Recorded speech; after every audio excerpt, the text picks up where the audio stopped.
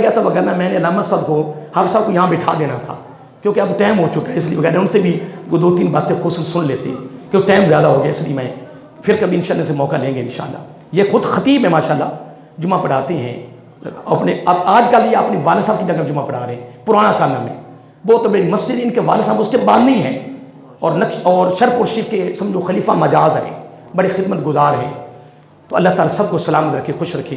तो मैं बस आखिरी बात यानी इस महीने के हवाले से शामिल करके अपनी हाजिरी लगवा रहा हूँ कि आप हसनी हुसैनी सैयद हैं। हसनी माँ की तरफ से हुसैनी है और बा की तरफ से हसनी है, यानी ननियाल ददियाल यानी दाद के नान के सारी सैयद है।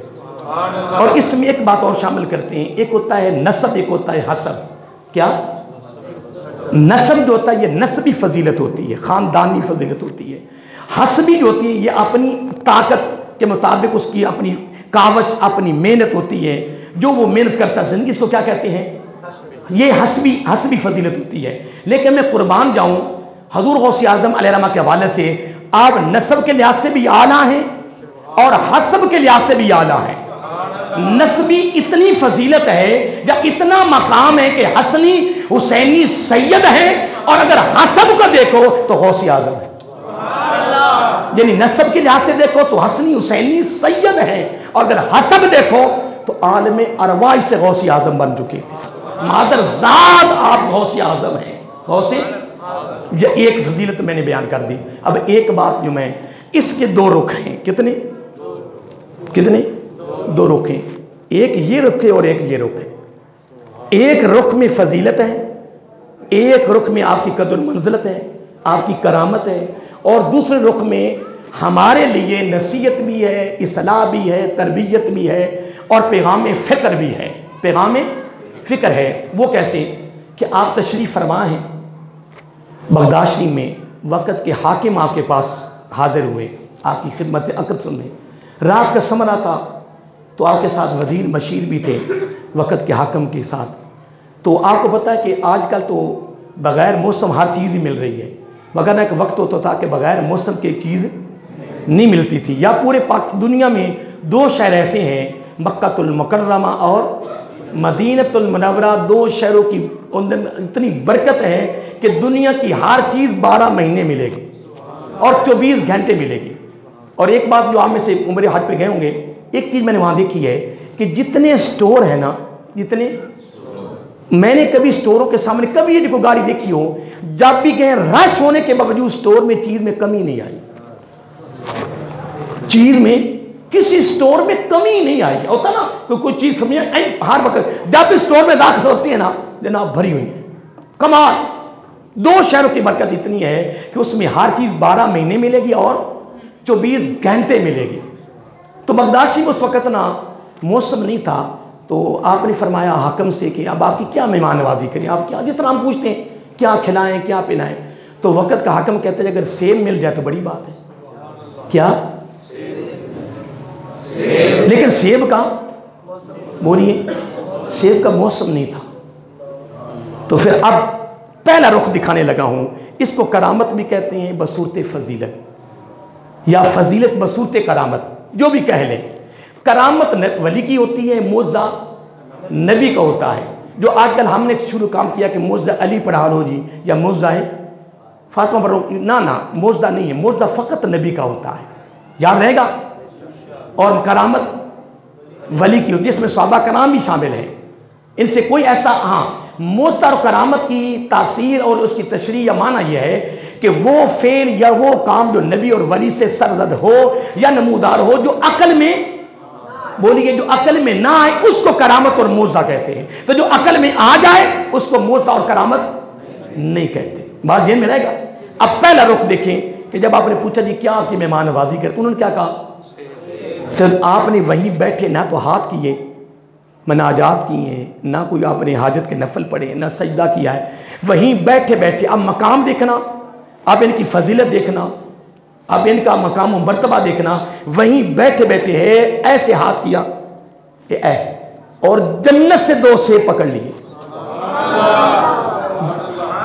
आम नहीं, इसका मतलब है कि जन्नत जो है ना वो गौसे आज़म के हाथ में है।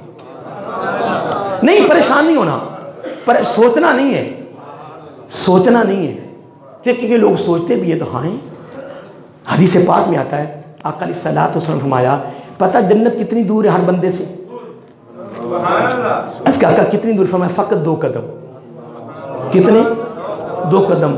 अर्ज क्या आका फकत 2 कदम? हाँ। फरमाया हाँ। अर्ज क्या वो कैसे? फरमाया 1 कदम नफ्स पर और 1 कदम जन्नत में। 1 कदम नफ्स पर और 1 कदम, बस जिसने इसको काबू कर लिया वो समझो चलता फिरता जिंदा भी जन्नत में है। याद रहेगा, पर ये काबू नहीं ना आता। इसके लिए तो यूसुफ अलैहिस्सलाम को भी कहना पड़ा, इन्न नफ्स लअम्मारतुम बिस्सू। बहरहाल मैं बात कर रहा था, फजीलत देख लिए कि ऐसे हाथ किया और कितने सेब पकड़े? 2। 3 पकड़ लेते, 4 पकड़ लेते, नहीं पकड़ी 2 हैं, क्योंकि इसका नतीजा बड़ा कमाल है, इसका रिजल्ट बड़ा कमाल है। इसके रिजल्ट में बहुत बड़ा फिक्र हमें दिलाया गया है, इसके नतीजा में बहुत बड़ा सबक और दर्स दिया गया हमें।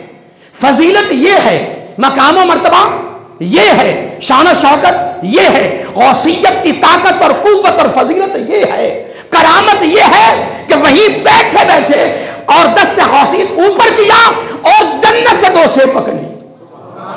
लेकिन पकड़ते एक से बादशाह को दे दिया, वक़्त के हाकम को दे दिया, पकड़ो जी इसको, और एक हाथ अपने हाथ में रखा। और आपने जब लोगों ने सेबों को देखा, उसकी रंगत ही कमाल थे, ऐसे सेब तो कभी जिंदगी में नहीं देखे। नंबर 1 कि उसकी रंगत कमाल है। नंबर 2, जब आपने उसको काटा तो उसकी जो खुशबू फैली पूरे इज्तिमा में, वो भी कमाल थी, खूबसूरती भी। नंबर 2 खुशबू।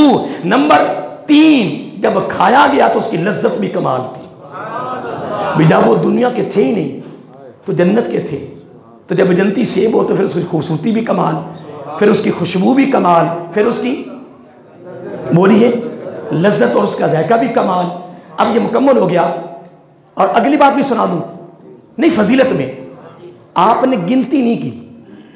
क्या आपने गिनती नहीं? कितने वजीर मशीर कितने लोग बैठे, आपने काटा, हर एक को एक एक टकराया, सबको आया, कोई महरूम नहीं रहा, कोई महरूम, सबको दिया, सबको, सब ने खा लिया। अब दूसरा सेब कहाँ है?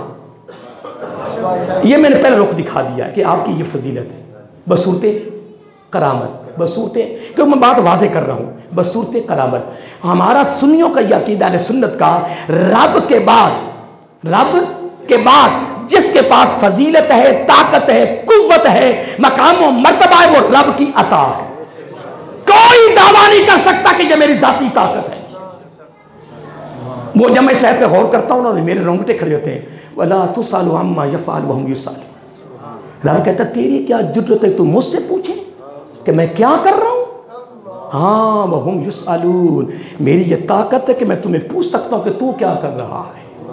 मैं जब आयत पढ़ता हूँ ना, ज़बान पे चलती है, तो मैं तो सीधी बात होता हूँ, कहता मौला हम तो कुछ भी नहीं मौला, हम तो तेरे मोहताज हैं, हम तो।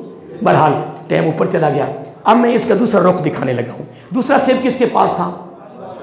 आप इधर ही है ना, अब गौर करना आपने। दूसरा सेब किसके हाथ में था?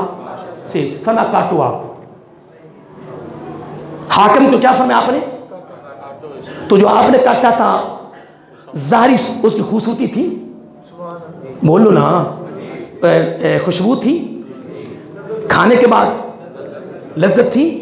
अब हाकिम काटने लगा है, उसने अभी काटा नहीं तो बदबू फैल गई। जब बदबू फैली, इधर जुमा पढ़ने वालों सुनो ना, तवज्जो तलब जुमला सुनो ना, इसका दूसरा रुख देखो ना। पहला रुख फजीलत, यानी बसूरत फजीलत करामत थी, ये फजीलत थी हजूर औसी आदम अलैहिस्सलाम की। और दूसरा रुख भी खुदा अता किया है, दूसरा रुख भी खुदा अता किया है।